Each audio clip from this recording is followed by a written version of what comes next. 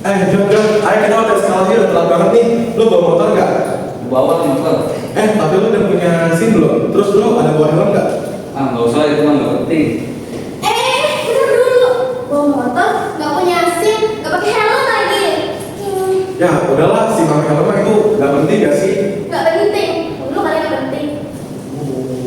Mungkin bagi sebagian orang situasi tersebut sudah dianggap biasa saja. Namun kebiasaan kecil tersebut jika dibiarkan lama-lama akan menjadi kebiasaan yang sangat besar dan juga fatal. Kejadian tersebut dapat mengakibatkan kecelakaan, kemacetan, dan juga hilangnya nyawa seseorang. Oleh karena itu, izinkan kami pada hari ini ingin membahas mengenai analisis ATHG pada kasus pelanggaran lalu lintas oleh remaja. Sebelumnya, perkenalkan nama saya Renina Dasmatia dari absen 24. Saya Dewi Anjali dari absen 32. Saya mau Ronaldo Sedapalo, absen 18. Saya mau jadi Sareda dari absen 20. Sebelum kami membahas mengenai apa itu analisis ATHG pada kasus pelanggaran lalu lintas oleh remaja, perlu kita ketahui apa itu definisi dari analisis ATHG. ATHG merupakan singkatan dari ancaman, tantangan, hambatan, dan juga gangguan, di mana diagram ini berfungsi untuk mengukur ataupun indikator dari tingkat kenaikan ataupun eskalasi dari suatu masalah dari level 1 hingga level 4, di mana pada level 1 ada ancaman, di mana ancaman ini saat situasi masih normal namun sudah mulai memunculkan kekhawatiran. Level 2 ini ada tantangan, di mana tantangan ini situasinya sudah masih normal namun sudah mulai ada intervensi dari pihak luar. Lalu di level 3 adanya hambatan, di mana hambatan ini situasi sudah mulai muncul banyak kejanggalan. Lalu pada level 4 ataupun level terakhir adanya gangguan, di mana gangguan ini situasi sudah mulai tidak normal dan juga sudah mulai kacau ataupun chaos. Setelah kita mengetahui apa itu ATHG, ada juga penyebab terjadinya pelanggaran lalu lintas, yaitu kurangnya kesadaran dan pengetahuan dan keinginan untuk melihat kendaraan hebat, kurangnya pengawasan dari orang tua. Pertama, kami akan membahas tentang ancaman.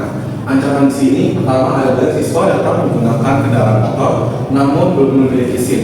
Dalam kasus ini banyak sekali anak muda zaman sekarang menganggap bahwa SIM atau surat izin mengemudi itu sudah tidak penting karena mereka menganggap bahwa dirinya telah ahli dalam berkendara bermotor.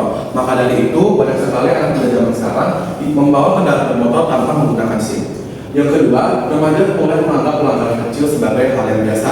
Dalam kasus ini, banyak sekali pelanggaran sederhana dan berlalu lintas dianggap tidak penting atau diacukan oleh anak muda, sehingga hal tersebut dapat membahayakan diri sendiri ataupun orang lain saat berlalu lintas. Yang ketiga, penggunaan helm mulai diabaikan untuk berjalan ke jarak dekat. Banyak sekali anak-anak ataupun orang dewasa menganggap bahwa helm itu tidak penting jika kita berkendara dalam jarak dekat.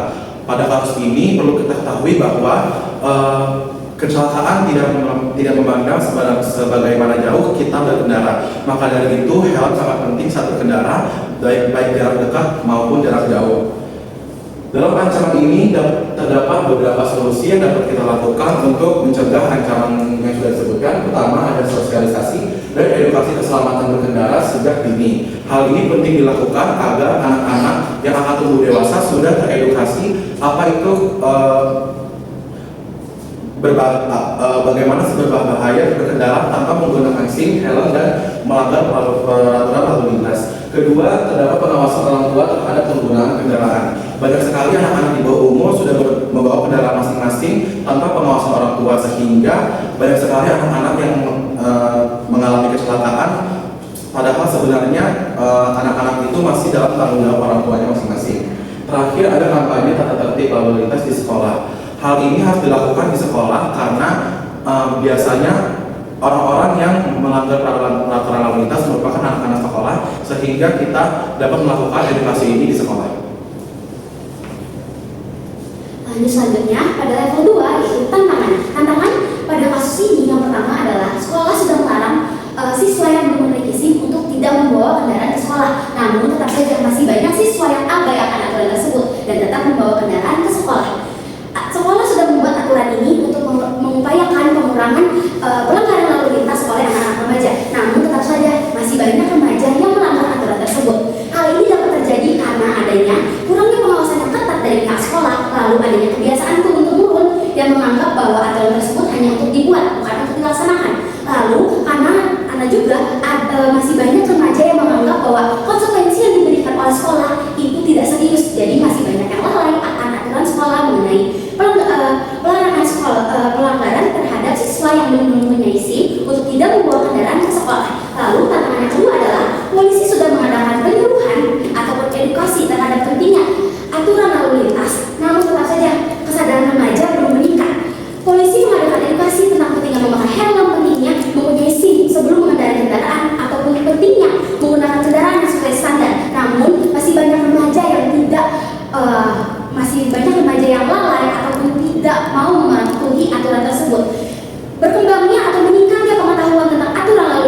berarti meningkatnya pula pemahaman ataupun kesadaran tentang harusnya atau wajibnya seorang remaja untuk mematuhi aturan lalu lintas.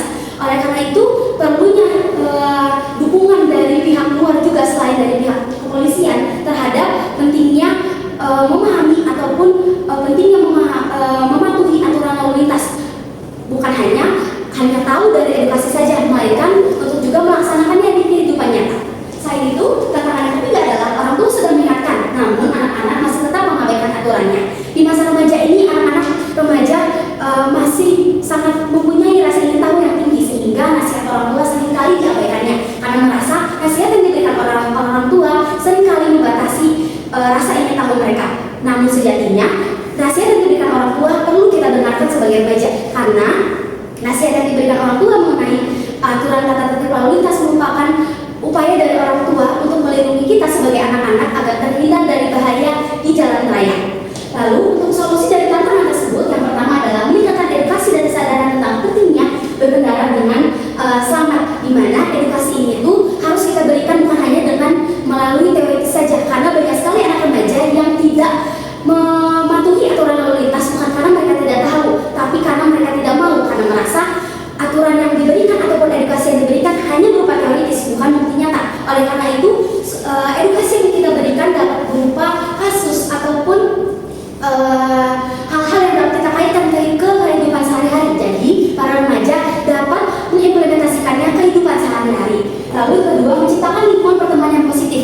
Di masa remaja ini, pertemanan sangat berpengaruh akan kebiasaan ataupun hal-hal yang dipilih oleh remaja tersebut. Oleh karena itu, kita sebagai remaja sendiri harus sadar bahwa lingkungan pertemanan yang kita pilih harus yang positif, di mana lingkungan pertemanan yang kita pilih juga harus berisikan teman-teman yang sadar ataupun paham bahwa aturan lalu lintas itu harus dipatuhi, bukan untuk dilanggar. Lalu yang terakhir, kita dapat memanfaatkan media sosial sebagai sarana ataupun tempat untuk berkampanye mengenai keselamatan berkendara. Dari perkembangannya iptek harus kita manfaatkan untuk kita menyebarkan kampanye pentingnya menjaga atau mematuhi aturan lalu lintas.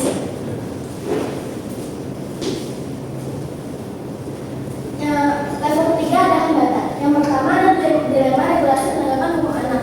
Di lapangan, aparat seringkali enggan untuk menghukum atau menilang anak-anak di bawah umur karena adanya hukum yang melindungi anak-anak di bawah umur. Yang kedua adalah normalisasi pelanggaran dan hukum yang konformistis. Di masyarakat kita sudah menormalisasikan anak-anak di bawah umur yang tidak mempunyai SIM untuk membawa kendaraan sendiri.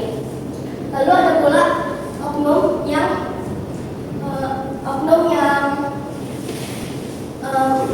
tidak bertanggung jawab yang dapat dikompromikan dengan uang damai. Lalu apa solusinya? Solusinya yang pertama ada ETLE dari Federasi Akademi. ETLE atau e-tilang kepolisian dapat disalurkan ke dinas pendidikan atau sekolah, dan jika ada siswa yang melanggar dapat dikenakan sanksi denda uang dan pembekuan KIP atau biaya siswa. Yang kedua ada penyitaan dan pidana wali. Untuk pengambilan barang yang disita atau kendaraan yang disita, kita tidak boleh terlalu gampang hanya dengan uang, namun harus ada tanda tangan dari orang tua atau wali, tanda tangan integrasi hukum. Dan jika misalnya ada siswa atau murid yang melanggar untuk kedua kalinya atau keberapa kalinya, itu akan dipidana si orang tuanya. Selanjutnya ada gangguan dalam pelanggaran lalu lintas. Yang pertama seperti kemacetan akibat parkir liar. Masih banyak pengendara motor maupun mobil yang masih menggunakan jalur lalu lintas sebagai parkir. Solusinya sebaiknya kita mencari lahan parkir agar tidak mengganggu pengguna lalu lintas lainnya. Lalu yang kedua ada melanggar rambu-rambu lalu lintas dan batas kecepatan.